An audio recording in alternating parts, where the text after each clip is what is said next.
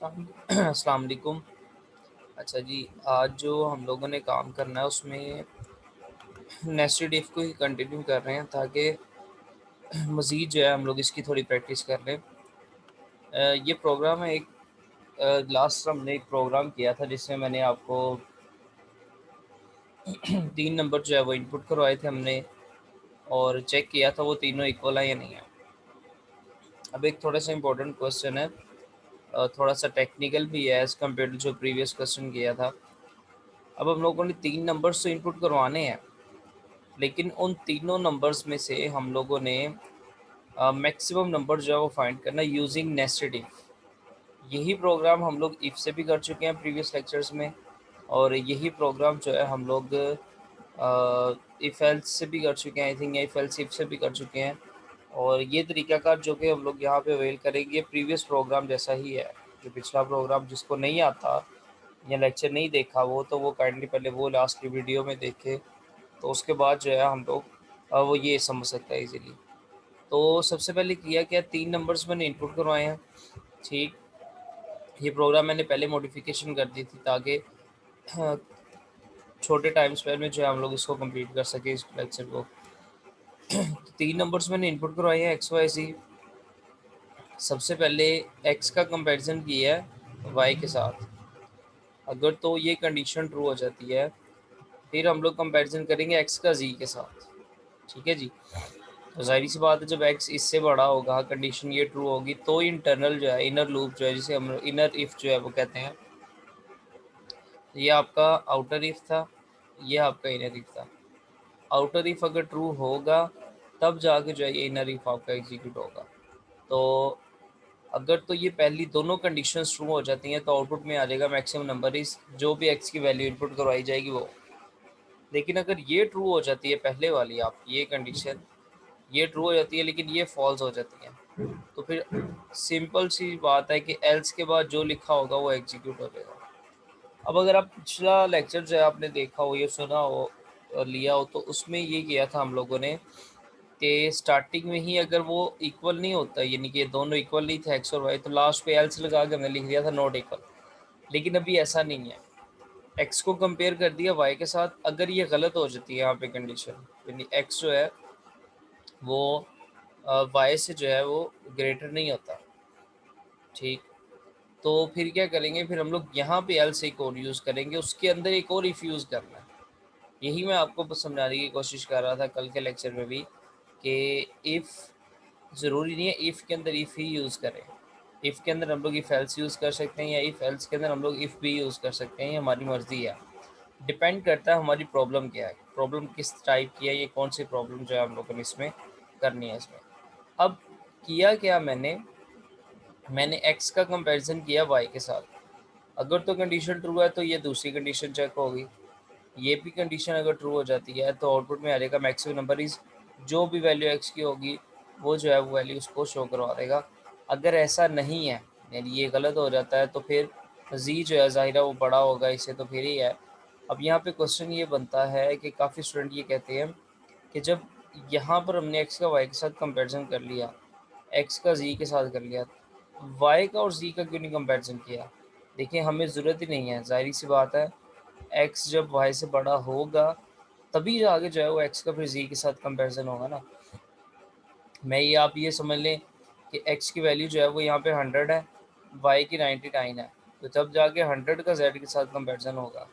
अब आप ये कह लें कि नहीं जी ये जी जो है ये तो वाई से भी छोटा है तो इसका हमें कंपैरिजन करना चाहिए था, तो वो बेवकूफ़ी है। हम लोग सिंपल चीज़ नोट करें कि हमने तीनों में से मैक्सिमम फाइंड करना है।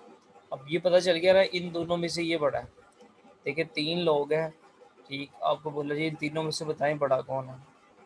2 लोगों का आप कंपैरिजन कर लें, उसके बाद ज़ाहिर सी बात है दोनों में से कोई एक निकलेगा, उसमें से जो है फिर आप एक के साथ कंपैरिजन जो लास्ट फाइनल बचेगा उसके साथ करेंगे। तो इस तरह से जो है हम लोग इसको करेंगे। इसी तरह एक्स का वाई के साथ किया तो वो गलत हो जाता है अगर यहाँ पे ये जिस जगह पर मैं ये कर रहा हूँ।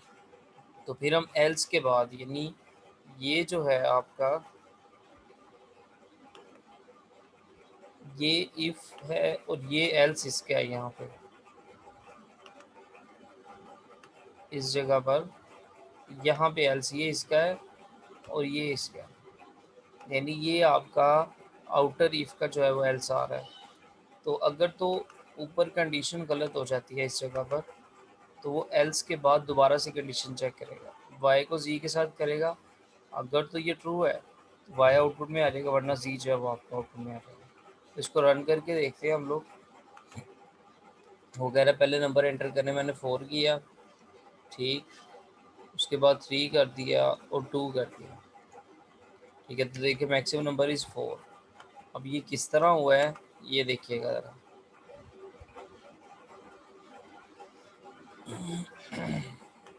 ये देखें ज़रा, सबसे पहले एक्स को कंपेयर किया वाई के साथ, तो जाहिर सी बात है पहला नंबर एक्स था तो वो बढ़ा। दूसरा जो है फिर एक्स को जी के साथ किया, तो जाहिर सी बात है एक्स जो है वो बढ़ा है 4 है, तो मैक्सिमम नंबर इस आपका 4 आ गया। अगर मैं इसको चेंज कर देता हूँ, फॉर एग्जांपल मैं इसको मैं चेंज कर देता हूँ। मैं यहाँ पे फर्स्ट नंबर को कहता हूँ मैं 4 एंटर कर देता हूँ, सेकंड 5 कर देता हूँ और थर्ड जो है वो मैं 3 कर देता हूँ। तो ये देखिए मैक्सिमम नंबर इज़ 5। इस सिचुएशन में कौन सी एग्जीक्यूट होगी ये देखें ज़रा। यहाँ पर पहली कंडीशन ही गलत आपकी जो है वो होगी, 4 जो है। बल्कि इससे पहले मैं एक और सिनेरियो रखना चाहता हूँ आपके सामने।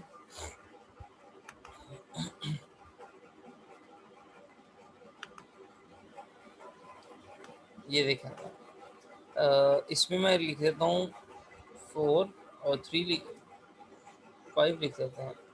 फर्स्ट नंबर मैंने 5 लिख दिया, सेकंड नंबर जो है वो मैंने 4 लिख दिया या 3 लिख दिया, थर्ड नंबर जो है वो मैंने 7 लिख दिया। तो ये देखें मैक्सिमम नंबर इज 7। अब ये क्या हुआ ये देखें मेरा, पहला नंबर क्योंकि एक्स है तो 5 जो है वो ग्रेटर देन 4 होता है, ये कंडीशन ट्रू है।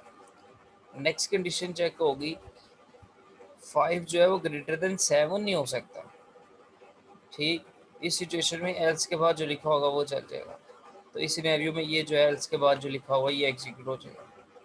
मैं एक और जो है इसमें रन करके देखता हूँ।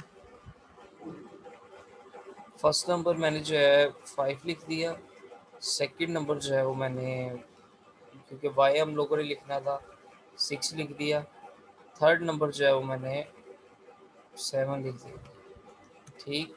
तो मैक्सिमम नंबर ही 7 आ रहा है। इस सिचुएशन में क्या होगा, सबसे पहले एक्स का कंपेयर हो रहा है वाई के साथ, यानी 5 और 6 कंपेयर हो रहे हैं, तो सारी सी बात है कंडीशन गलत हो गई है। तो अब क्या होगा, एल्स के बाद जो लिखा होगा ये देखें, एल्स के बाद किसका कंपैरिजन हो रहा है, 6 और 7 का, ठीक।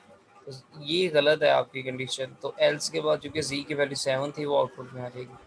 तो ये एक थोड़ा सा कॉम्प्लेक्स वे है, लेकिन आसान है। अगर आपने पिछला लेक्चर जो है वो लिया था तो आप इजीली जो है इसे एग्जीक्यूट कर सकते हैं, इसमें ऐसा कोई प्रॉब्लम नहीं है।